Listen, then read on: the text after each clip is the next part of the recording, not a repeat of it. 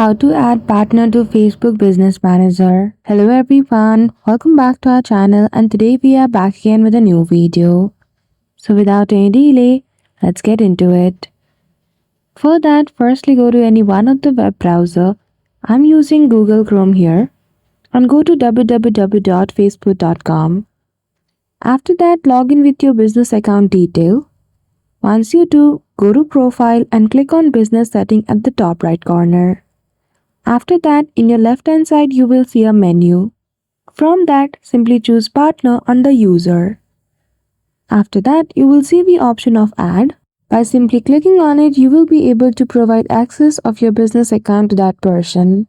After you have chosen the person, you will be directed toward the Set Permission page, where you can access the permission of the page according to your like. Once done, click on Save Change and then you're good to go. So that's it. I hope you found this video helpful. If you did, don't forget to give it a thumbs up and subscribe to our channel for such tutorial. Thank you for watching till the end.